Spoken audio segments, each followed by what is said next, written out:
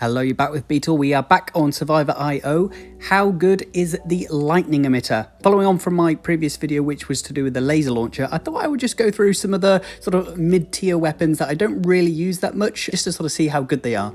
We all know that certain weapons are very good, the Destroyer, the Whistling Arrow, for example, but there's others that I don't really use too often, and I just thought I would sort of do some videos on those sort of mid-tier weapons to see how good they actually can be. In this video, obviously going through the Lightning Emitter, I have equipped the tech part, the phase converter, excellent, which adds bolt count at all levels +2 on the Lightning Emitter, which is obviously going to be very strong. I'm going to jump into chapter 2, volcano belt. I haven't tried it yet. I presume it's going to be quite difficult, so I have equipped the void power, excellent, +2. It's probably one of my favorite weapons at the moment. I really enjoy it, so let's see how we got on in the volcano belt. First level, I'll just get the void power. Similar to the previous video on the laser launcher, pretty much every upgrade that I get, or even the passive upgrades that I get, will be trying to get the Lightning Emitter to do a bit of damage.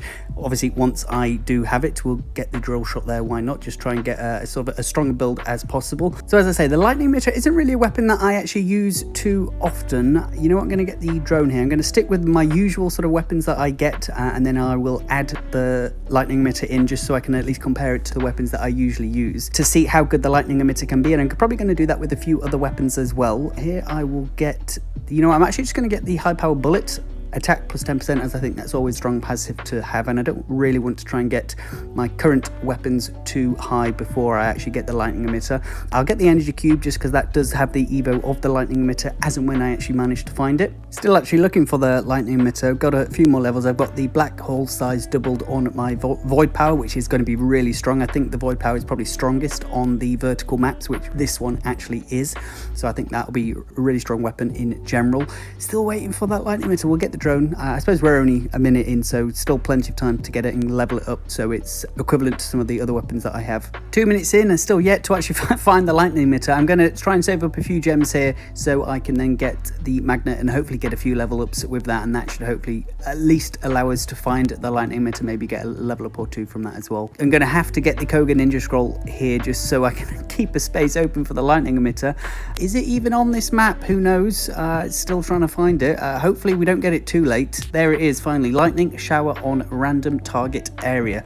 Obviously with our tech part on that, there'll be 2 extra strikes, and I think this vertical map is probably going to be best for the Lightning Emitter, as it's an area strike. On the open maps it's probably not as beneficial, just because at least the enemies here are going to be a bit more crowded together, so the Lightning Emitter will do a bit more. And there we go, adds damage and extra bolt. We already have the +2 from the tech part, so that'll be quite a few bolts firing now. And all the passive upgrades that we get from here, we're going to try and focus on ones that are going to affect the Lightning Emitter, so I think the cooldown will definitely help. And there we are. So I'm glad we're actually finding the Lightning Emitter quite quickly now, so we'll add more damage and add an extra bolt. We'll get that to level 3, so moving up quite nicely there. So next level up here, we've actually got the HE fuel, all ammo and weapon range +10%.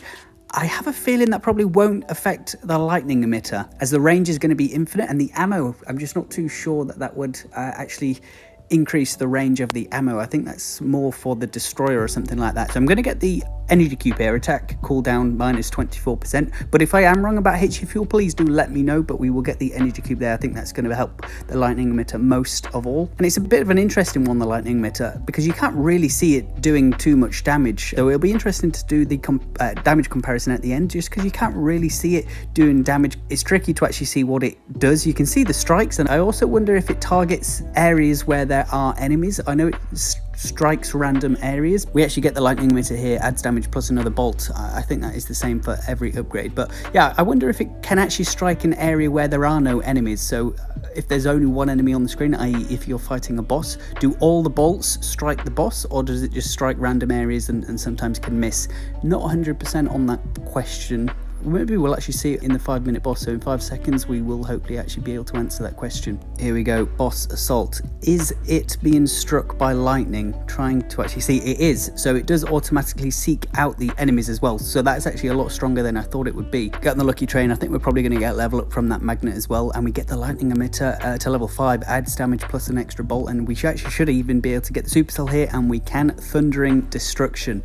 Not 100% too sure what that actually does. I think it's probably just more strikes or more bolts that do a bit of extra damage, and we're even going to get the energy cube here as well, so it attacks a bit faster. Looking at it, I also think each strike of the lightning emitter, or the supercell now, actually fires out those little lightning bolts once it's actually struck. I'll try and zoom in so you can see what I mean there. They'll probably do a bit of damage to the enemy as well. I'm going to get the high powered bullet here, just as we are focusing trying to get the lightning emitter to do as much damage as possible, as that is our only evo weapon at the moment. I'm going to try and focus on trying to do as much damage with that whilst we can. So far it seems relatively easy, to be fair. I know the other chapters actually started quite easy. I think only when it gets to around the 10-11 minute mark is when it gets slightly trickier. Let's get the drill shot upgraded there. I think I can actually get the whistling arrow as well on my next level if it allows me to have it. I do have the passive that I can get that evo upgrade, so we will hopefully be able to see that.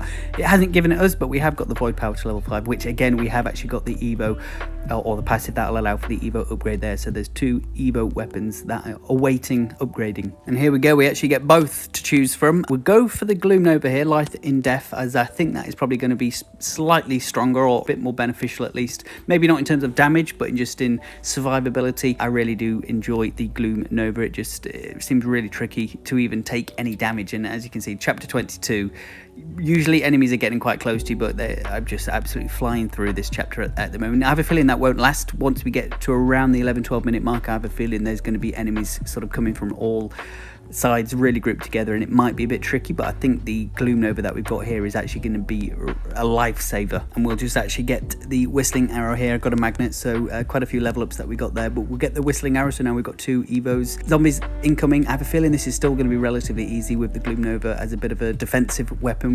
Look how big the circle is compared to the map. I mean, there's just nothing that they can do. I'm not sure what these little blue circles are that are coming down, but yeah, you can see here there's pretty much nothing able to get on the screen. We're killing them that quickly. I have a feeling that's a mixture of probably the supercell, the Gloom Nova, and the whistling arrow being the top 3. Obviously I'll do the damage comparison at the end, but those are the 3 that I think are going to be doing the most damage. That poor little white drone in the middle, probably yet to hit a single enemy, so I can't see him doing much damage at all, but we will see what the supercell does towards the end. We'll just grab this magnet here, as we're probably going to get one on the 10-minute boss, so we might as well make the most of having that magnet there. We'll get the Molotov. Should be able to get the fuel barrel. There it is, Scorched Earth policy.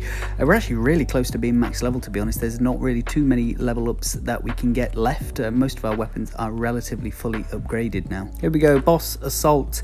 Obviously we just fired the Gloom Nova thing on it, but hopefully the lightning emitter or supercell is actually doing quite a bit of damage to it. There's pretty much just constant electricity strikes happening on it, so hopefully that's actually doing quite a bit of damage, but within 5 minutes we will hopefully be able to find out. Hopefully it doesn't get too tricky and we can manage to complete the chapter. Didn't really get too much there, just a couple of Guardian upgrades on the Lucky Train, and we'll continue. I think what is going to go in the lightning emitter's favor is that the range is pretty much infinite, so as soon as an enemy comes on the screen, the lightning emitter can hit and actually do damage.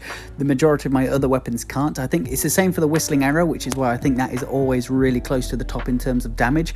A lot of my other weapons obviously struggle. They have a range and enemies have to come in that range, so that actually gives the ones with the unlimited range more time to do more damage. So I am expecting the lightning emitter to actually do quite a bit of damage, and perhaps I have been underrating it all this time, and it'll have to move back into my perfect build, so we will see how it does towards the end. I'm just going to grab this chest here. I can obviously see there's a lot more enemies on the screen now. We'll get the Guardian here, probably the Defender, even the Wheel of Death, and yeah, loads of enemies now on the screen, but they're not actually getting too close. I don't feel in fear for my life whatsoever. Let's just get the ammo thruster here. I suppose they're not actually going to do too much, but every little helps, even if it is a passive upgrade that will only affect 1 or 2 of my weapons. It's better than nothing. I think we are now actually going to be max level. There it is, the final upgrade we can get, and we're only at 12 minutes 30, so still 2.5 minutes to go, and we are actually fully upgraded completely. I think the only things we'll get now on a level up are the ability to get extra meat, even though we've got full HP, so not too bothered about trying to collect gems. It's just about trying to survive. But realistically, I think we're doing more than okay. These vertical chapters seem to be a bit easier than the open ones. Perhaps that is just because I am using the void power, which is obviously very strong, that the enemies just can't actually move forward through the black hole, so perhaps that is why. But realistically, I'm doing really well here. There's no chance of me dying at the moment, at least. As I say that, it is actually getting rather hectic at the moment. You can tell that they're trying to get through, but I'm just sort of firing one black hole on each side. I presume the other weapons are obviously doing damage and killing the enemies as well, but it looks like from what I can see that the void power just is really helping out in terms of just stopping the enemies getting close to me. So I think that is why I really like that. I think, you know, if we had the kunai, it might not be as strong. I mean, it's probably not best for this type of map anyway, but the void power just seems to be the perfect weapon for these type. There's probably so many gems on the floor as well with level up, so it's a shame I am completely fully leveled up. Like if I was to move forward here, I better near enough instantly get level. Lucky Train as well will get the extra gold. It is interesting that even if I just fire downwards with my void power, the enemies still actually don't get to me. So obviously the enemies are taking enough damage from my other weapons to still die before getting to me. So the void power maybe not as essential as I thought, but there we go, final boss. I think we've done really well on this chapter, and hopefully the lightning emitter has actually done quite a bit of damage, but I guess that is what we will be finding out. You can see all the lightning strikes going towards this last boss from the lightning emitter. We'll just get that extra gold from that level up. I'm not even meaning to get a level up, but it seems to be happening. Oh my gosh, she's gonna kill me. I'm moving so slow. I think on these types of bosses you probably need the football boots just to try and move out the way, but managed to kill him. And now the moment of truth for the damage comparison.